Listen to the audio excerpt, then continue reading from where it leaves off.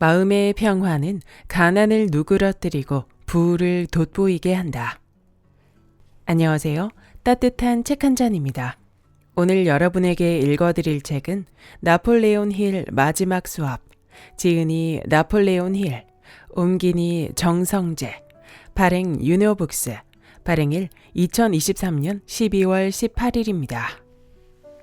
성공한 사람들과 성공을 꿈꾸는 이들의 영원한 스승, 나폴레온 힐의 미발표 원고가 70년 만에 우리 곁으로 왔습니다. 마지막 수업을 통해 그가 던지는 질문은 다음과 같습니다. 그대는 무엇을 위해 성공하려고 하는가? 이 질문의 답으로 막대한 부, 영원한 행복을 골랐을 수도 있겠지만 당신이 원하는 것이 무엇이든 그것은 모두 당신으로부터 시작됩니다. 이 책은 알 수 없는 이유로 공개되지 않았던 나폴레온 힐의 원고와 미완성 자서전, 그가 잡지에서 게재했던 에세이와 라디오 대담을 모두 모은 결과물입니다. 각각의 글이 공통으로 다루는 주제는 바로 성공하기 위한 궁극의 원칙, 마음의 평화입니다. 나폴레온 힐은 성공한 이들을 수십 년 동안 분석한 후에야 마음의 평화를 얻은 자만이 부와 행복을 지속한다는 사실을 깨달았습니다. 지금 당신의 내면을 들여다보세요. 그곳에 마음의 평화가 있나요? 마음의 평화를 지속해 가장 위대한 성공으로 향하는 발판을 이 책을 통해 마련할 수 있을 것입니다. 그럼 지금부터 본문 일부를 낭독해 드리겠습니다.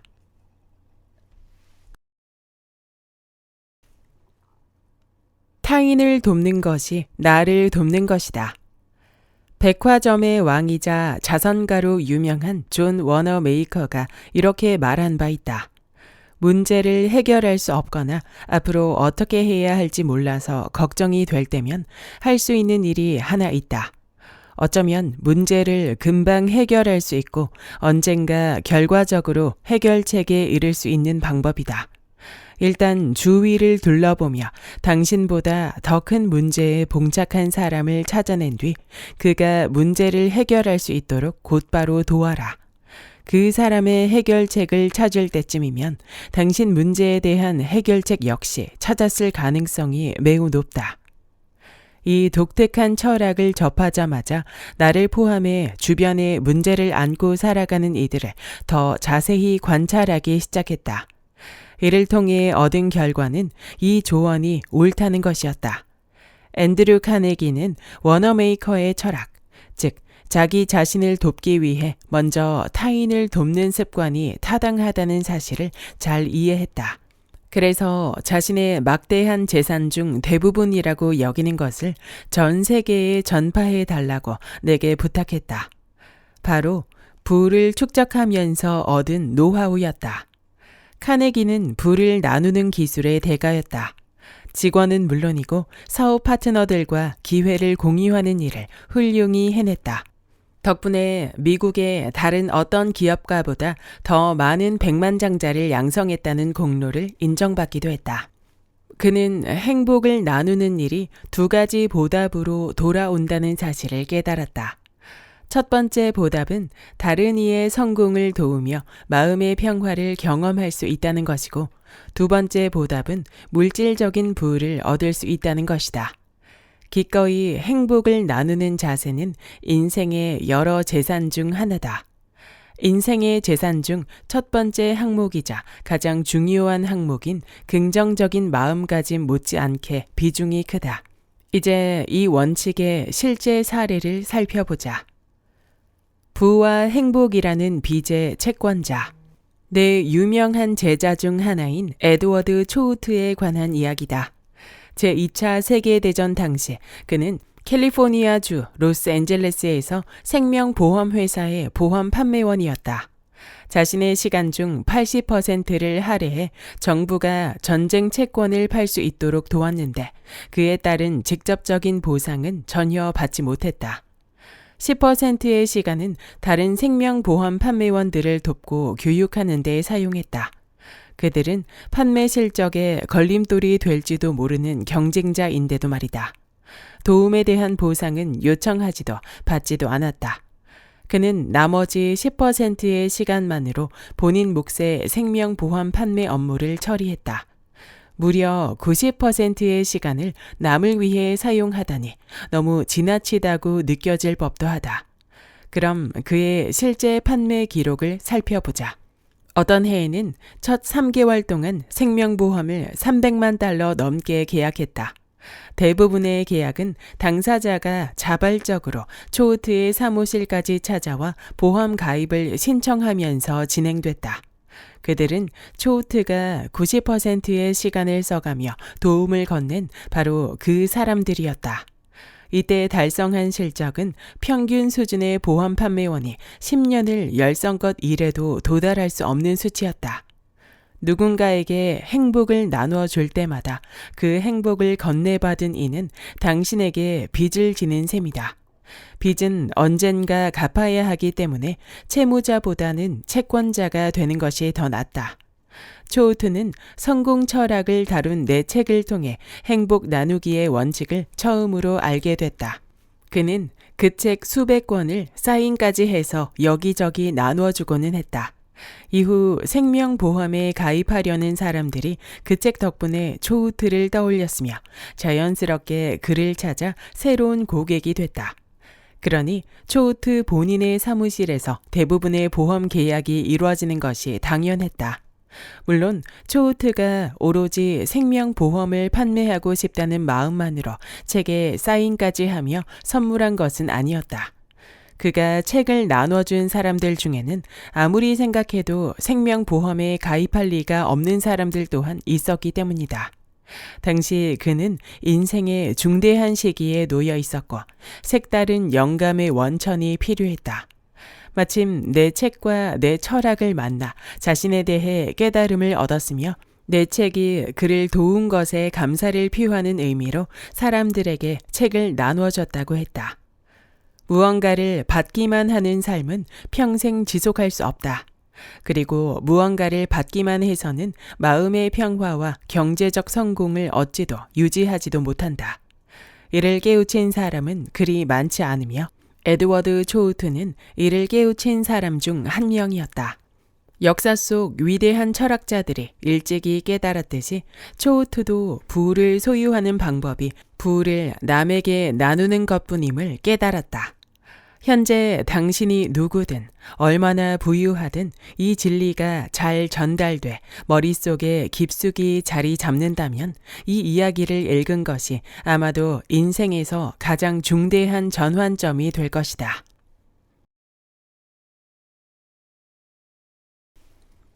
시작하면 끝을 보라. 집중. 패배가 찾아왔을 때 할 수 있는 가장 타당하면서도 쉬운 일은 포기다. 대부분의 사람이 이렇게 대처한다. 그러나 우리는 중요한 발견을 해냈다.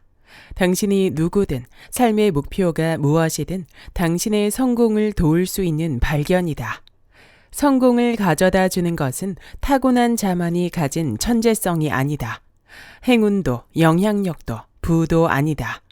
무엇이 막대한 부를 쌓게 하고 한 사람에게 명성과 지위를 안기는지 다음같이 쉽게 설명할 수 있다. 바로 시작해야 할 것과 시작하지 말아야 할 것을 먼저 구분하고 한 번 시작한 것은 모두 완료하는 습관이다. 지난 2년 동안의 당신을 철저히 살펴보라. 무엇을 발견할 수 있는가? 수많은 아이디어를 떠올리고 수많은 계획을 실행했지만 당신은 그중 아무것도 제대로 마무리하지 못했을 가능성이 크다. 미루는 습관은 시간 도둑이다 라는 격언을 들어본 적 있을 테지만 딱히 유념하지는 않았을 것이다. 이 격언은 말 그대로 진리다. 크고 중대한 일이든 작고 사소한 일이든 이루고자 하는 바를 생각만 하고 각고의 노력도 없이 저절로 이루어지기만을 기다리면 절대로 성공할 수 없다. 평범한 경쟁자들 사이에서 확실히 우위를 점하는 사업의 운영을 보면 대부분 명확한 계획과 아이디어에 전념하며 그렇게 집중한 상태에서 거의 벗어나지 않는다. 유나이티드 시가 스토어의 상품 판매 계획은 단순한 아이디어에 기반했지만 그 아이디어에 엄청난 노력이 집중됐다. 피글리 위글리의 매장들은 집중의 원칙을 통해 명확한 계획에 따라 지어졌다. 여기서 계획이란 다른 업종에도 쉽고 간단하게 적용하기 쉬운 셀프 서비스 스타일의 쇼핑을 콘셉트로 하는 것이었다. 렉솔 드러그스토어 역시 집중의 도움을 받아 계획하에 만들어졌다. 포드의 자동차 사업도 간단한 계획에 집중이 더해진 결과다. 포드의 계획은 규모의 경제가 주는 이점을 살려 작지만 실용적인 자동차를 대중에게 최대한 저렴하게 제공하는 것이었다. 이 계획은 지난 12년 동안 거의 변경되지 않았다. 시어스 로벅 앤드 컴퍼니와 몽고메리 워드 앤드 컴퍼니는 세계에서 손꼽히는 규모의 통신 판매 회사다. 두 회사 모두 대량 구입과 판매의 혜택을 고객에게 전달하겠다는 간단한 계획으로 시작했으며 만족하지 못한 고객에게는 환불을 해준다는 정책을 갖췄다. 판매업의 두 거인은 웅장한 기념물과 같으며 전념을 통해 명확한 계획을 고수하라는 원칙을 상징한다. 명확한 계획을 세우고 끝까지 지키라는 원칙을 통해 판매 사업에 크게 성공한 다른 사례들도 있다. 물론 이 원칙을 통해 결과적으로 성공한 사례보다 이 원칙을 채택하지 않아 실패하거나 실패에 가까워진 사례가 훨씬 더 많다. 이 글을 쓰기 바로 몇 시간 전만 해도 나는 똑똑하고 여러모로 능력이 출중한 사업가와 대화를 나누고 있었다. 그러나 그는 아이디어를 지나치게 많이 떠올리고서는 제대로 검증도 하기 전에 모든 아이디어를 폐기했다. 이 단순한 이유로 그는 성공에 이르지 못하고 있었다. 그에게 도움이 될 만한 조언을 건네봤지만 그는 즉시 이렇게 대답할 뿐이었다.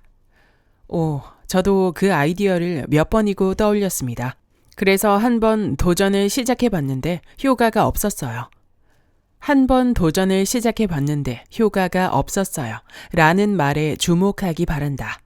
그의 잘못을 알 수 있는 부분이다. 그는 도전을 시작하기만 했던 것이다. 독자들이여, 명심하라. 그저 시작만 하는 사람은 성공하지 못한다. 장애물이 존재하더라도 시작한 것을 끝내는 자만이 성공한다. 누구나 어떤 일을 시작할 수 있다. 하지만 그것을 마치기 위해서는 충분한 용기와 자신감, 고통스러운 인내심을 불러일으킬 소위 천재성이 필요하다. 사실 천재성이라고 말하기도 어렵다. 그저 끈기와 적당한 상식이 전부다.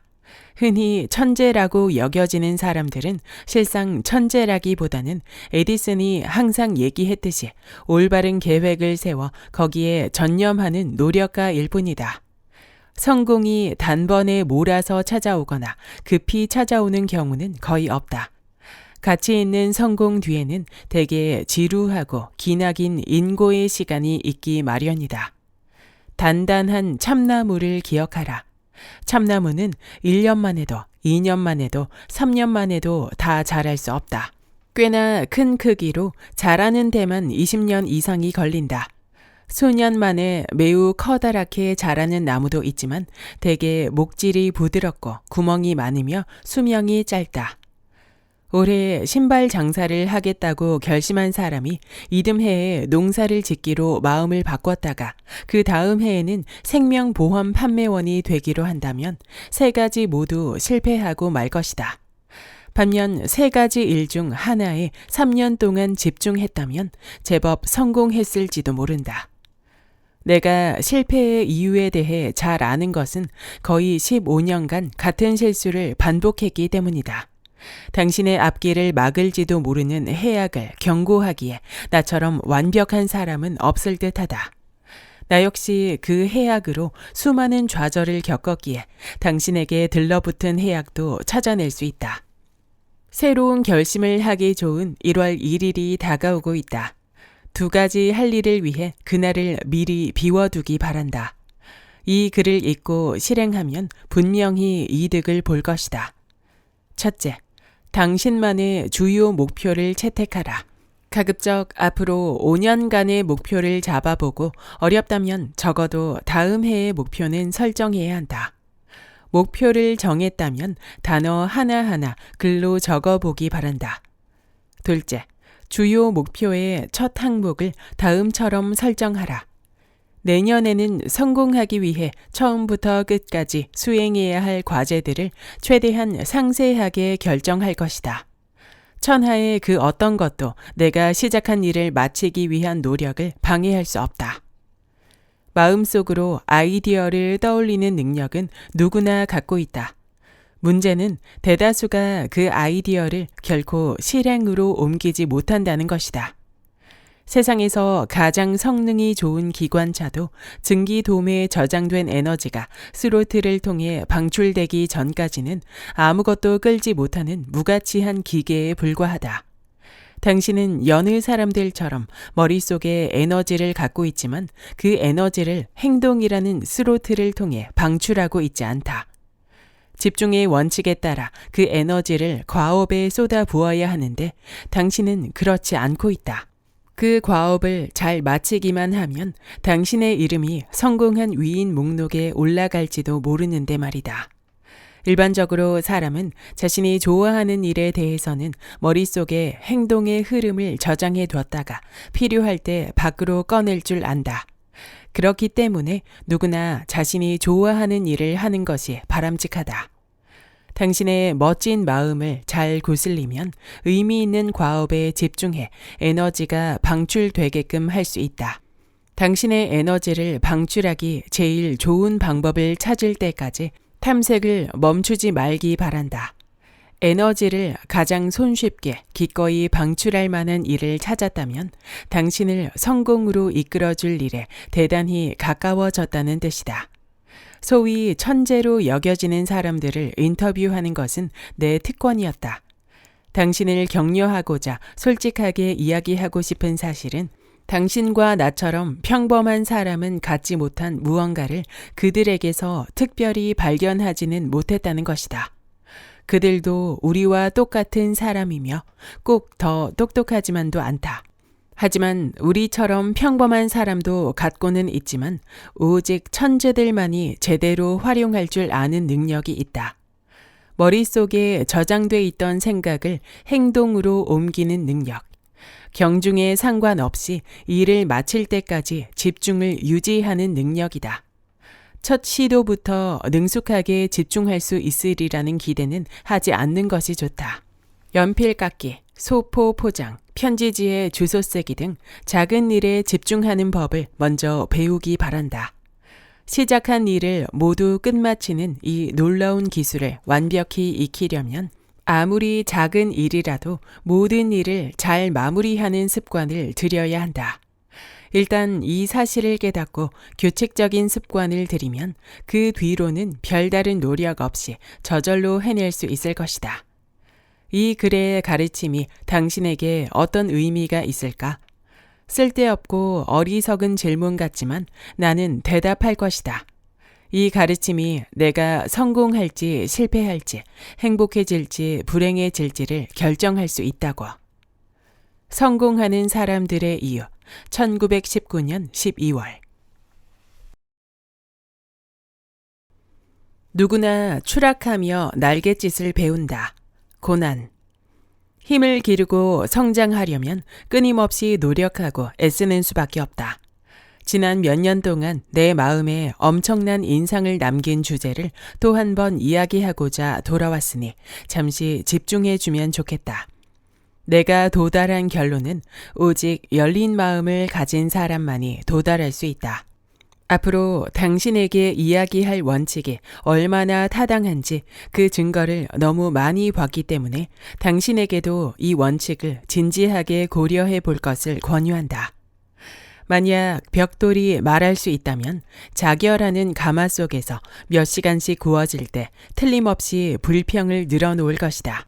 하지만 그 과정을 거친 벽돌만이 내구성을 갖춰 매서운 비바람도 견뎌낼 수 있게 되는 법이다. 권투 선수는 링에 올라 상대방을 만나기 전까지 엄청나게 많은 펀치를 맞아봐야 한다. 이 혹독한 과정을 거치지 않았다면 대전을 제대로 준비하지 못한 것이며 결국 패배로 대가를 치를 것이 뻔하다. 방금 전 내 어린 아들이 눈물을 머금고 비틀거리며 서재에 들어왔다. 조그마한 다리로 균형을 잡으려다 심하게 넘어지고 만 것이었다. 녀석은 단지 걷는 법을 배우는 중이었다. 넘어지고 다시 일어서는 노력을 반복하지 않으면 결코 혼자 힘으로 걸을 수 없다. 독수리는 나무 꼭대기보다 훨씬 높은 절벽에 울퉁불퉁한 바위 위에 보금자리를 마련한다. 그러니 사람이든 짐승이든 새끼 독수리를 노리기란 불가능하다. 그런데 어미 독수리는 새끼들을 지키기 위해 이토록 조심하다가도 새끼들이 나는 법을 배울 준비가 됐다고 생각하는 즉시 녀석들을 위험에 빠뜨린다.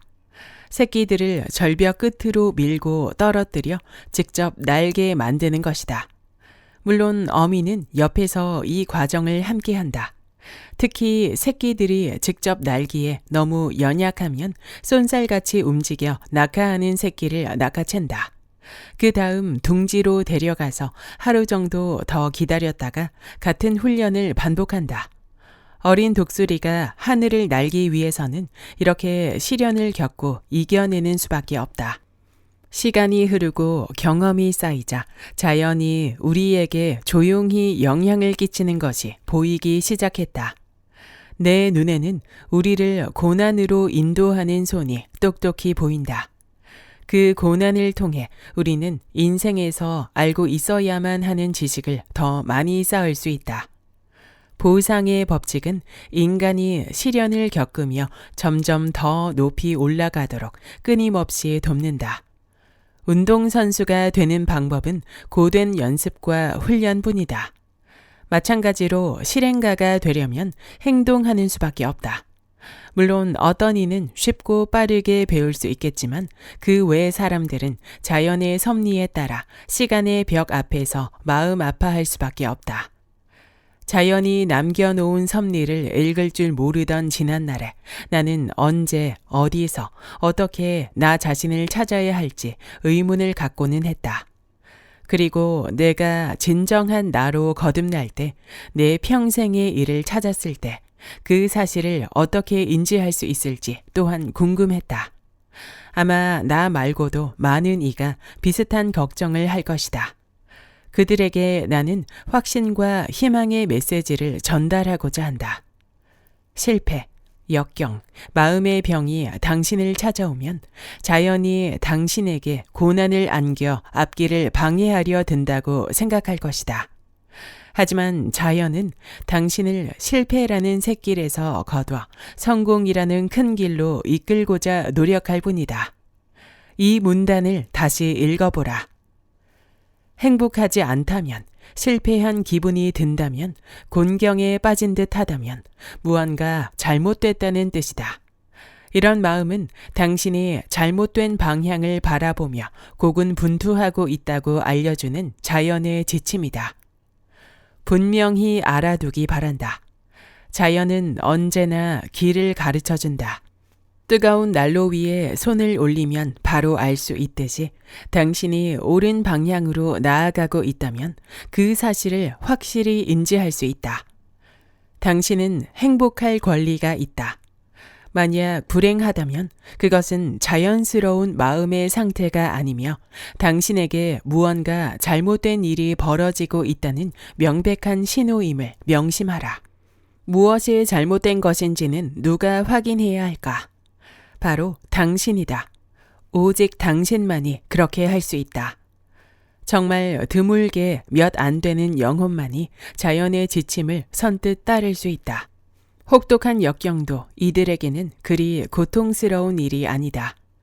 자연이 역경을 선사하며 일격을 가해도 이들은 손쉽게 반응한다. 하지만 대다수의 평범한 사람은 가혹하게 시련을 겪고 나서야 자연이 우리를 벌하고 있음을 깨닫는다. 정당한 대가 없이는 아무것도 얻을 수 없다. 고난과 희생을 감수하고 이성적인 노력을 쏟아부으면 원하는 모든 것을 얻을 수 있다. 당신이 준 만큼 그대로 돌려받는다는 대가품의 법칙을 활용하는 것이다. 어려움이나 역경을 두고 고심하거나 초조해하지 않아도 된다. 오히려 당신의 앞길에 현명하신 신이 이정표를 세워뒀음을 감사히 여겨라. 정상적인 마음은 행복한 상태로 존재한다. 해가 반드시 동쪽에서 뜨고 서쪽으로 지듯이 실패나 역경, 후회라는 이정표를 마주쳤을 때 방향을 바꿀 줄 아는 사람에게는 반드시 행복이 찾아올 것이다. 무엇이든 해낼 수 있다고 믿어라. 믿음. 제1차 세계대전이 끝나갈 무렵 군 복무를 마친 한 젊은이가 구직을 도와달라며 나를 찾아왔다. 적당한 일자리가 필요해요. 그리고 잠잘 곳과 먹을 것만 있으면 됩니다. 흐리멍덩한 눈빛을 보니 그의 마음속에서는 이미 희망이 사라진 것이 분명했다. 그저 생계를 유지하는 정도로 만족하며 인생을 보내려는 사람이었다. 그러나 그가 마음가짐을 바꾸면 막대한 부를 목표로 삼고 실제로 그것을 이룰 수도 있음을 나는 너무나 잘 알았다. 내 안에 존재하는 무언가가 이런 질문을 던졌다. 백만장자가 되고 싶지는 않은가? 현금 수백만 달러를 버는 것도 얼마든지 가능한데 왜 적당한 벌이로 만족하려는 건가? 그가 소리쳤다. 장난치지 마십시오. 저는 배가 고파요. 돈을 벌어야 합니다. 자네와 장난치려는 생각은 추호도 없네. 나는 진지하다고. 자네가 가진 자산을 활용하고 더 높은 금액을 목표로 삼을 의향이 있다면 수백만 달러를 벌 수 있도록 도와줄 수 있다네. 자산이라니 무슨 뜻입니까? 긍정적인 마음이 가진 자산 말일세. 자네의 능력이나 경험에서 확실한 자산이 뭐가 있는지 살펴보자고. 우리는 거기서부터 출발하는 걸세. 이야기를 나누며 이 젊은 친구가 전쟁에 나가기 전 집집마다 방문해 브러쉬를 판매한 경험이 있음을 알게 됐다.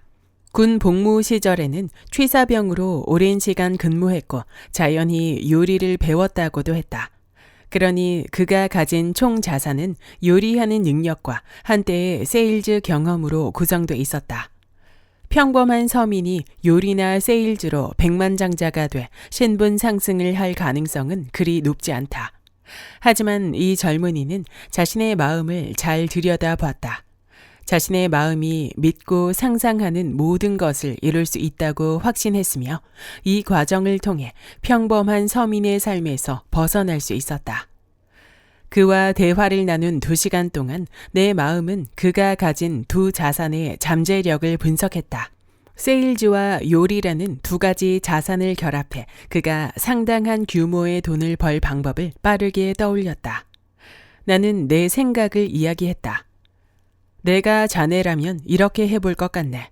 먼저 세일즈 능력을 발휘해서 주부들이 집으로 이웃을 초대해 저녁 식사를 대접하도록 권하는 거지. 그럼 나는 그 집에서 특수한 알루미늄 조리도구로 저녁을 차릴 테고 식사 대접을 마치면 조리도구 전체를 세트로 구성해 판매할 거라네. 만약 20명이 초대된 자리라고 치면 확신하건대 그 중에서 10명이 조리도구를 구입하게 할 수 있어. 아주 좋군요. 그런데 그렇게 일하는 동안 저는 어디에서 자고 무엇을 먹으면서 살아야 합니까? 조리도구를 살 돈은 또 어디서 구해야 합니까? 인간의 마음은 기회가 주어졌을 때 온갖 부정적인 상황과 잠재적으로 마주칠 법한 모든 장애물을 먼저 떠올리고는 한다. 참 불가사의하지 않은가? 나는 대답했다. 내가 처리하겠네. 자네가 할 일은 조리도구를 팔아서 백만장자가 되겠다고 마음 먹는 걸세. 자네는 자네 일을 제대로 하게. 나는 내 일을 할 테니. 헨리포드라는 이름을 들어본 적이 있는가? 세계에서 가장 위대한 공장을 세웠고 지금도 운영하고 있지. 자본도 후원자도 없었고 내가 자네에게 제공하려는 이런 도움 역시 받지 못했는데도 말일세. 심지어 교육도 자네보다 훨씬 덜 받았을 거라네. 그리고 하나 더 명심해 줬으면 하는 것이 있어. 더 이상 스스로를 과소평가하지 말고 마음 먹은 것은 무엇이든 해낼 수 있다고 믿어보게나. 나는 멈추지 않고 이야기했다. 자네가 제대로 자리 잡는 동안 우리 집 손님 방을 쓰게나. 마셜필드 백화점에서 내 이름을 대고 좋은 옷도 골라보고 말이야. 일을 시작할 수 있을 만큼의 조리 도구 재고는 내가 함께 책임지겠네. 저에 대해 아무것도 모르면서 이 모든 것을 해주시겠다는 겁니까? 저를 이렇게나 믿어주신다면 저 역시 말씀대로 해낼 수 있다고 확신합니다. 좋아. 그렇게 말해주기를 기대했다네. 오늘 밤은 집에서 함께 저녁을 먹고 계획도 더 세워보자고. 젊은 친구가 생판 남에게 큰 행운을 얻었군 이라고 외쳤을지도 모르겠다. 하지만 정반대다. 행복을 다른 사람과 나눌 좋은 기회를 내가 얻은 것이었으며 덕분에 당시 찾고 있던 마음의 평화에 한 발짝 더 가까워졌다. 알루미늄 조리 도구를 판매한 지 4년이 돼갈 쯤 젊은이는 빚을 갚겠다며 다시 나를 찾아왔다. 그는 자신의 서명이 적힌 백지 수표를 건네며 $1,000,000까지 원하는 금액을 기입해 주시면 됩니다. 라고 말했다. 그는 조리 도구를 판매하는 자신만의 방법을 다른 사람들에게도 가르쳤다. 가르침을 받은 이들이 그에게 돈을 벌어다 줬고 결국 $400만 조금 넘는 부를 축적했다. 그것도 전부 현금으로 말이다. 나는 수표에 소소하게 $10,000를 적어 그에게 돌려줬다. 그가 한 번도 마주한 적 없던 진정한 자신의 모습을 만난 날을 기념하기 위해 간직하라는 뜻이었다. 그리고 나는 그 어느 때보다 마음의 평화라는 비밀에 가까이 다가갔다. 내가 젊은이에게 알려준 방법으로 알루미늄 및 스테인리스 조리 도구를 판매하는 일은 현재 전국적으로 광범위한 산업이 됐다. 내 친구 클래런스 마시는 센츄리 메탈 크래프트 그룹의 세인트 루이스 지부를 맡고 있는데 실제로 내가 제안한 방식대로 조리 도구를 판매한다. 150명 정도의 판매원이 그의 밑에서 일하며 그중 한 달 실적이 $500보다 낮은 사람은 아무도 없다. 대부분 한 달 실적이 $2,000에 달한다. 스스로를 구원할 자격이 있는 젊은 친구를 돕고자 내가 구상한 방안 덕택이었다. 당신이 어떤 사람의 마음에 쓰인 굴레를 끊고 마음의 주인에게 그의 진정한 모습을 보여준다면 마음의 평화를 얻는데 더 가까워질 뿐 아니라 지옥의 문은 두려움에 떨고 천국의 종은 영광으로 울릴 것이다. 믿음에는 마법 같은 힘이 정말로 존재한다. 내가 친구들에게 믿음을 가져보라고 조언하는 것도 이 때문이다. 자신을 향한 믿음을 갖고 시작해보라. 지금껏 인간의 마음이 그릴 수 있는 가장 위대한 국가인 미국을 끝까지 굳게 믿어보라. 그리고 마지막으로 이 위대한 국가의 모든 국민에게 보장된 자유야말로 마음의 평화를 얻는 데 필요한 뒷받침이라는 사실을 명심하기 바란다. 여기까지 나폴레온 힐의 마지막 수업의 본문 일부였습니다. 이 책은 2022년 출간된 책으로 나폴레온 힐의 손자인 J.B. 힐 박사가 새로이 발견한 원고를 나폴레온 힐 재단에 전달하면서 출간된 책입니다. 나폴레온 힐은 이 책에서 성공하는 방법에 대해 이렇게 정의했습니다. 성공하기 위해서는 마음의 평화를 찾아야 하고 삶에 물질적으로 필요한 것들을 가져야 하며 무엇보다 행복을 얻어야 한다. 마음의 평화를 얻는다는 표현이 굉장히 추상적인데요. 나폴레온 힐은 여러 스토리를 통해 마음의 평화를 얻는 방법을 일러주고 있습니다. 그 방법을 요약해보면 보답을 바라지 않고 자신이 가진 것을 타인과 나누는 행동을 하는 것입니다. 그렇게 하면 우리는 부와 행복의 채권자가 되어 결국 보상의 법칙에 따라 자연히 부와 행복을 얻게 될 것이라는 거죠. 나폴레온 힐은 도움이 필요한 이들을 위해 기꺼이 자신의 시간과 노하우를 나눠주었고, 그는 마음의 평화와 더불어 더 큰 행복과 부를 얻을 수 있었습니다. 이 책에 쓰여진 실제 이야기들은 정말 감동적이었으며 깊은 영감을 주었습니다. 이어 2부에 쓰여진 성공의 원칙 12가지 또한 간결하지만 마음에 깊은 인상을 남기는 스토리였습니다. 2024년 새해가 밝았습니다. 한 해를 계획하며 나는 어떤 행동을 실천할 것인가 라는 질문의 해답과도 같은 책이었습니다. 꼭 읽어보시길 추천하며 구독과 좋아요와 댓글은 큰 힘이 됩니다. 다음 영상에서 만나요.